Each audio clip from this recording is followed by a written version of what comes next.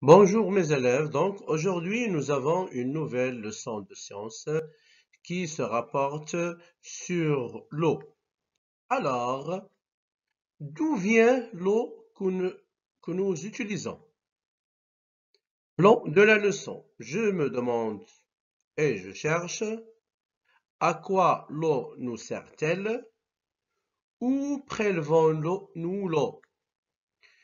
C'est comment l'eau arrive-t-elle dans les cours d'eau?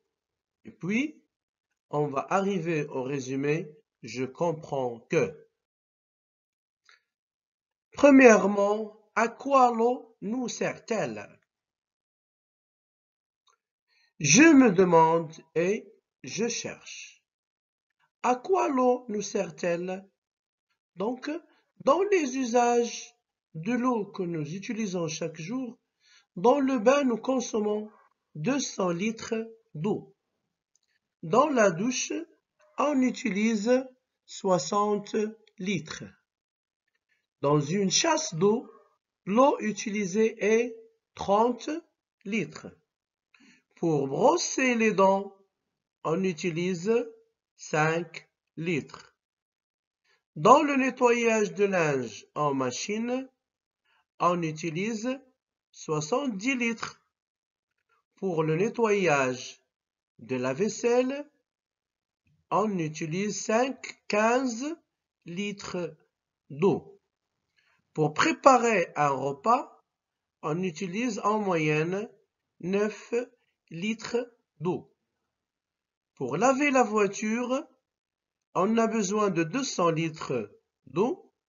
Pour arroser notre petit jardin de la maison, on a besoin de au moins 2000 litres.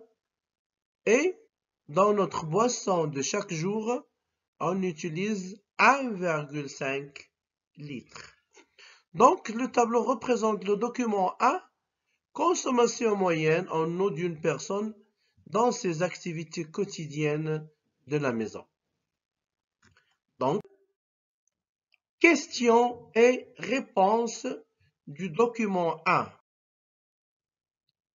Lis les documents A et réponds aux questions suivantes. Première question. Quelle est la quantité totale d'eau consommée si une personne effectue toutes ces activités qu'on vient de voir le même jour? Réponse, c'est 2590,5 litres. Deuxième question. Quelle est la quantité d'eau consommée lors d'une douche? Réponse, à partir du tableau, 60 litres. Troisième question. À ton avis, pourquoi vaut-il mieux prendre une douche qu'un bain? Réponse, car un bain consomme plus d'eau, 200 litres, qu'une douche, 60 litres d'eau. Alors, quatrième question, l'eau que nous utilisons pour toutes ces activités est-elle potable? Oui, elle est potable. Est-il utile d'avoir de l'eau potable pour les toilettes? Non, il n'est pas utile d'avoir de l'eau potable dans les toilettes. Sixième question, par quoi pourrait-on remplacer l'eau potable des toilettes?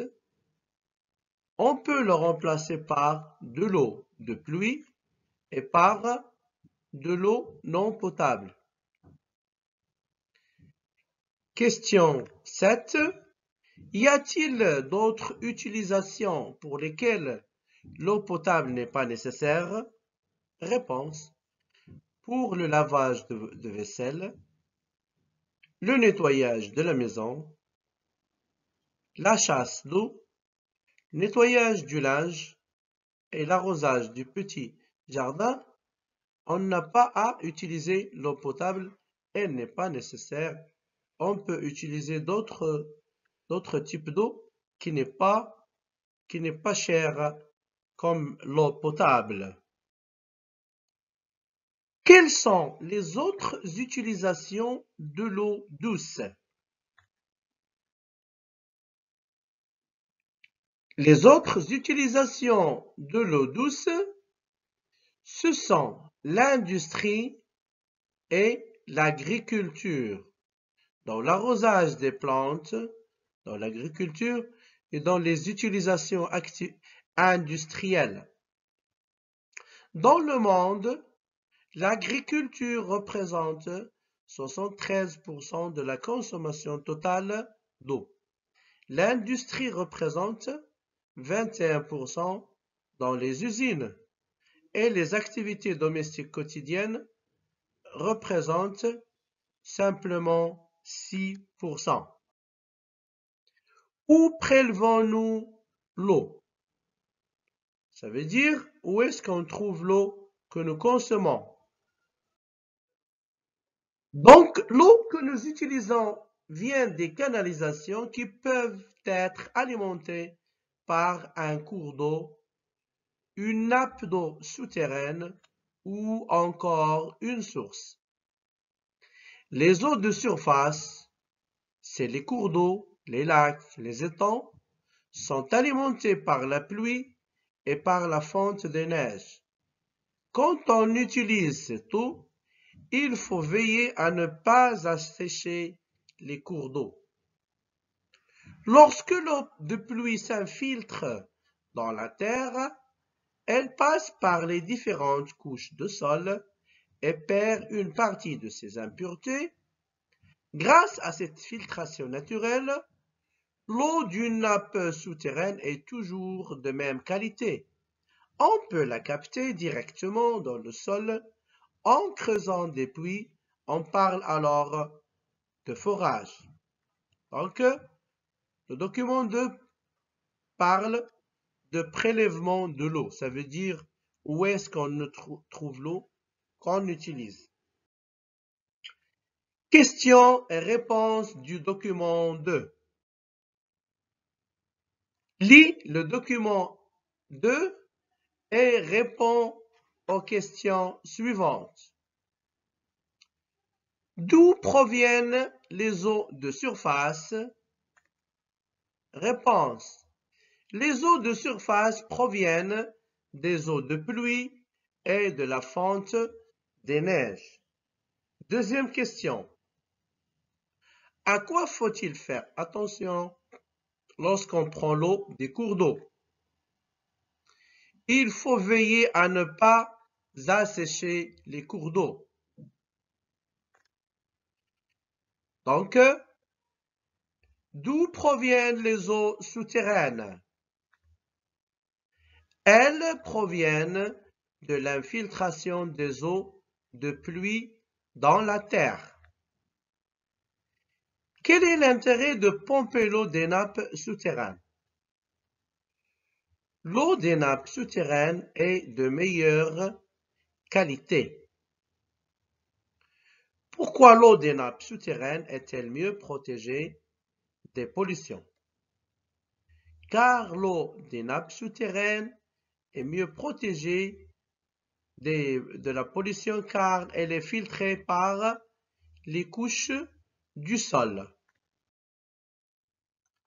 Comment l'eau arrive-t-elle dans les cours d'eau? Lis le document 3 puis complète le schéma. Quand il pleut ou quand la neige fond, l'eau ruisselle sur la terre et forme des cours d'eau qui se rejoignent avant de se rejeter dans les mers ou les océans. Donc ce phénomène s'appelle le ruissellement. Une partie de l'eau s'infiltre dans le sol et forme les nappes souterraines. Ce phénomène s'appelle l'infiltration. Sous l'effet du soleil et du vent, l'eau des océans et des mers s'évapore, alors ce qu'on appelle l'évaporation. La vapeur d'eau invisible à l'œil nu s'élève dans l'air. En altitude, la vapeur d'eau se liquéfie et forme des nuages. Alors, c'est la liquéfaction.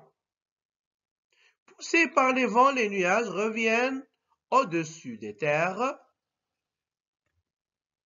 Alors, lorsque les gouttelettes qui constituent les nuages deviennent trop lourdes, elles finissent par tomber et former la pluie. Quand il fait froid près des montagnes ou en hiver, l'eau des nuages peut se solidifier. C'est alors la neige qui tombe sur le sol ou bien sur le sommet des montagnes. Le document 3, c'est le cycle de l'eau. Le cycle de l'eau. Le cycle de l'eau, il y a plusieurs étapes dans le cycle de l'eau. Première étape, l'évaporation de l'eau de la mer dans le ciel, puis la liquéfaction en formant des nuages. Troisièmement, tombée de pluie quand elle arrive sur un espace qui est froid et il y a tombée de pluie. Sur le sommet de montagne, il y a la neige. Cette eau coule et ruisselle, forme des cours et des lacs d'eau. Ça, j'appelle le ruissellement. Une autre partie de l'eau s'infiltre dans le sol. Ce phénomène s'appelle l'infiltration. Je comprends que, résumé de la leçon, l'eau est très importante dans la vie de l'homme. Elle est utilisée à la maison, en agriculture et aussi en industrie. L'eau provient de la pluie et de la neige. Le cycle de l'eau comporte 5 étapes: l'évaporation, la liquéfaction, la pluie et la neige, et puis le ruissellement et l'infiltration. Ces derniers forment les cours d'eau et les nappes souterraines. On arrive à la fin de cette séance. Merci à vous mes élèves et au revoir.